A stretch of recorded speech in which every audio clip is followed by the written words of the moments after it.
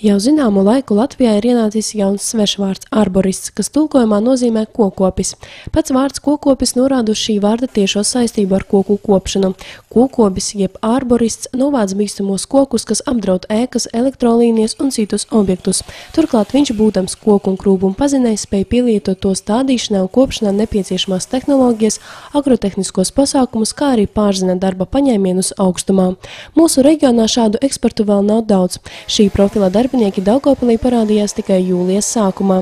Šodien viņi strādā pašvaldības uzņēmumā Labiekārdošana D, kas pagājušajā gadā nosūtīja savus darbiniekus uz apmācībām Ērgļu vidējo profesionālo skolu, lai apgūtu arborista profesiju. Labiekārdošanas D vadītājs Sergejs Blogoviešinskijs norādīja, ka vajadzība pēc šādiem darbiniekiem bija ļoti liela, jo tehnika nevienmēr var aizstāt cilvēku. Blogoviešinska kungs uzsvēra, ka arboristu parādīšanās darbinieku štatā ļaus uzņēmumam piedalīties konkursos, kas iepriekš Labiekārdošanai D bija slēgti. Iemesls – speciālistu trūkums šajā klasē. Šodien jauno kokopju galvenais darba apjoms ir pilsētas komunālajos kapos. Šeit viņi likvidē bīstamos kokus.